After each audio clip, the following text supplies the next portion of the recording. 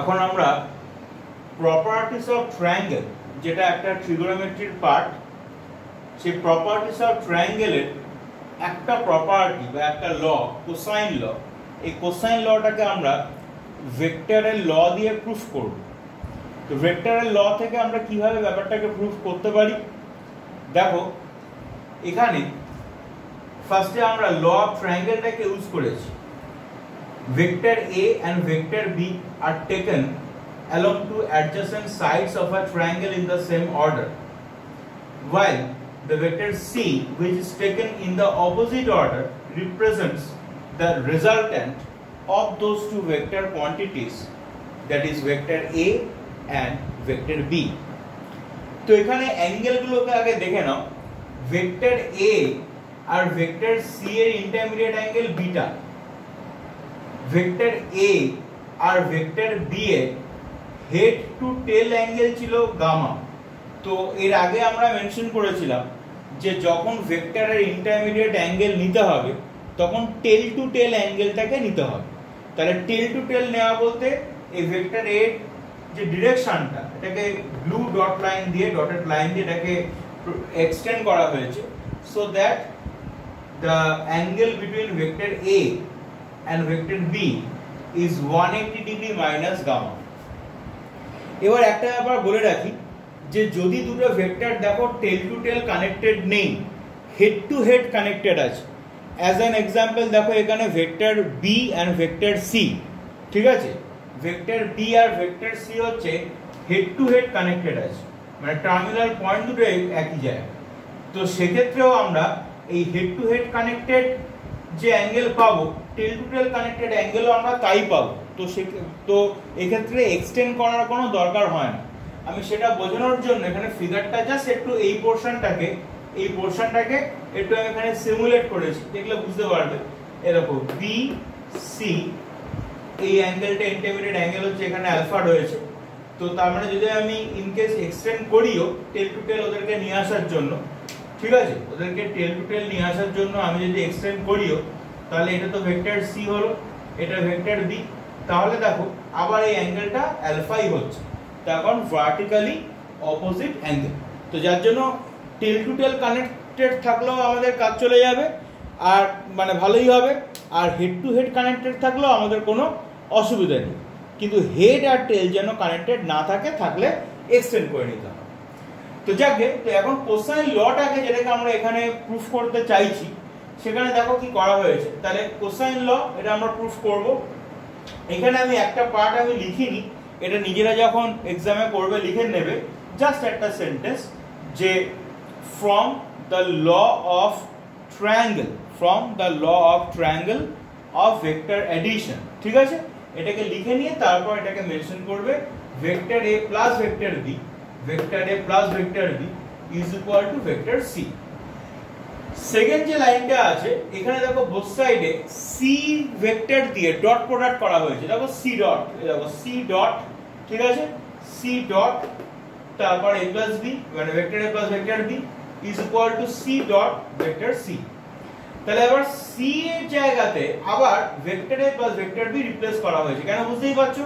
তো এখন C is equal to vector a plus vector b ছিল, সি এর জায়গাতে আবার এটাকে রিপ্লেস করলাম, আর vector C dot vector C মানে সি স্কয়ার, তাই তো। Vector C dot vector C মানে যদি আমি vector C dot vector C কে ব্রেক করি, তাহলে কি আসবে, mod vector C mod of vector C cos of angle 0 degree. তাহলে মড সি মানে কি সি, আবার মড সি মানে সি, তার মানে সি স্কয়ার।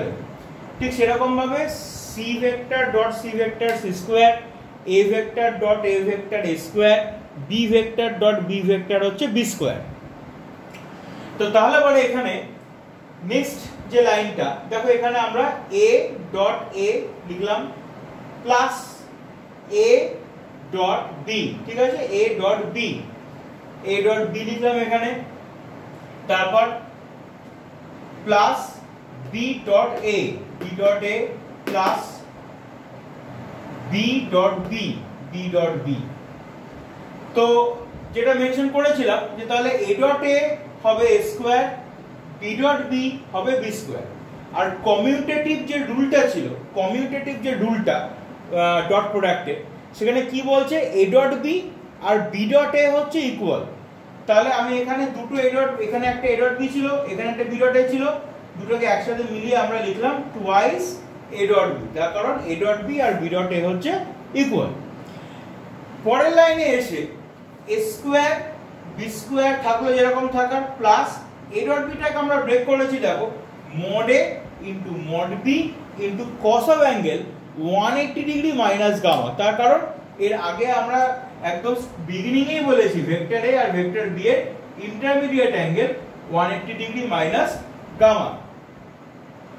আচ্ছা, তো তাহলে পরে এখানে নেক্সট লাইনটাতে দেখো মড অফ এ মানে এ, মড অফ বি মানে বি, মড মানে কি ম্যাগনিটিউড জাস্ট, আর cos of 180 degree minus gamma মানে মাইনাস cos গামা।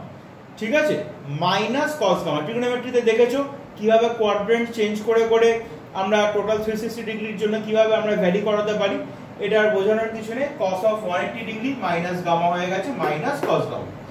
ব্যাস, তারপরে জাস্ট বাকি দুটো লাইনতে দেখে বুঝতেই পারছো। তাহলে cos গামা আমরা এখানে পেয়ে গেলাম a square plus b square minus c square divided by twice ab। রিদিমটাকে ভালো করে বোঝার চেষ্টা করো। গামা অ্যাঙ্গেলটা কোথায় ছিল? গামা অ্যাঙ্গেল ছিল হচ্ছে ভেক্টর a আর ভেক্টর b। ঠিক আছে, যে ট্রায়াঙ্গেলটা যেটা নিয়েছিলাম সেই ট্রায়াঙ্গেলের ভেক্টর a আর ভেক্টর b এর ইন্টারমিডিয়েট অ্যাঙ্গেল, মানে হেড আর টেলের ইন্টারমিডিয়েট অ্যাঙ্গেল। তো সেখানে তাহলে কিরকম আসছে? তাহলে গামার দুপাশে যে দুটো সাইড রয়েছে তাদের স্কোয়ারের সাম এলো, মাইনাস গামার অপোজিট দিকে যে সাইডটা রয়েছে মানে সি, তাহলে মাইনাস সি স্কোয়ার হবে ডিভাইডেড বাই টুয়াইস এবি, মানে টুয়াইস প্রথম যে দুটো রয়েছে তাদের প্রোডাক্ট হচ্ছে। তাহলে আমাকে কিন্তু এখানে যে আমি যে প্রুফটা দেখাচ্ছি এটা এক্সামে এলে পরে হচ্ছে তোমাকে ম্যাক্সিমাম 4 মার্কস দেবে। এই ক্যালকুলেশনের জন্য 3 মার্কস আর এই ফিগার ড্রয়িং এর জন্য হচ্ছে 1 মার্ক দেবে। ঠিক আছে, তো টোটাল হচ্ছে তোমাকে 4 মার্কস দেবে। এবার সেই জন্য এখানে কিন্তু বেশি খাটাখাটনি কিন্তু করার কোনো প্রয়োজন নেই। ঠিক আছে, 4 মার্কস মানে আমাদের বোর্ডের যেরকম কোয়েশ্চেন হয় সেই অনুযায়ী 4 মার্কস মানে হচ্ছে তোমার 4 × 2, তার মানে 8 মিনিটসের মধ্যে তোমাকে কমপ্লিট করতে হবে। টাইম ম্যানেজমেন্টটাকে তুমি যদি মাথায় রাখো, তো সেই জন্য তারপরে আবার তোমাকে এগুলোকে আর করে দেখানোর দরকার নেই, এখানে জাস্ট বলবে সিমিলারলি। তাহলে রিদিমটা অনুযায়ী দেখো খেয়াল করে, তাহলে আমি যখন cos আলফা করব তাহলে আলফার দু সাইডে দুটো সাইড কি ছিল? ভেক্টর বি ছিল আর ভেক্টর সি ছিল, ওই জন্য B square plus C square হলো, মাইনাস আলফার অপোজিট সাইড কি ছিল? এ, তাহলে minus A square divided by twice প্রথম দুটোর প্রোডাক্ট 2bc। আবার যখন আমি cos বিটা করব, cos বিটার সময় বিটার দুটো সাইড কি ছিল? a ছিল আর c ছিল, ওই জন্য c square plus a square হলো। ঠিক আছে, তারপর হচ্ছে বিটার অপোজিট সাইড কি ছিল? b, ওই জন্য মাইনাস b স্কয়ার হলো ডিভাইডেড বাই 2ca। তো এখানে যেহেতু আমরা কোসাইনের এক্সপ্রেশন গুলোকে আমরা ফাইন্ড করলাম, যার জন্য এটা হচ্ছে আমাদের প্রপার্টিস অফ ট্রায়াঙ্গেলের কোসাইন ল। এইভাবে এটা ফ্যামিলিয়ার, এটাকে যদি খেয়াল রাখো তাহলে পরে হচ্ছে তোমার ভেক্টরের অনেক নিউমেরিক্যালস আছে যে নিউমেরিক্যালস গুলো করতে সুবিধা হবে। দেখে রাখো, যদি কোথাও কোনো সমস্যা হয় তাহলে আমাকে জিজ্ঞাসা করে নিও।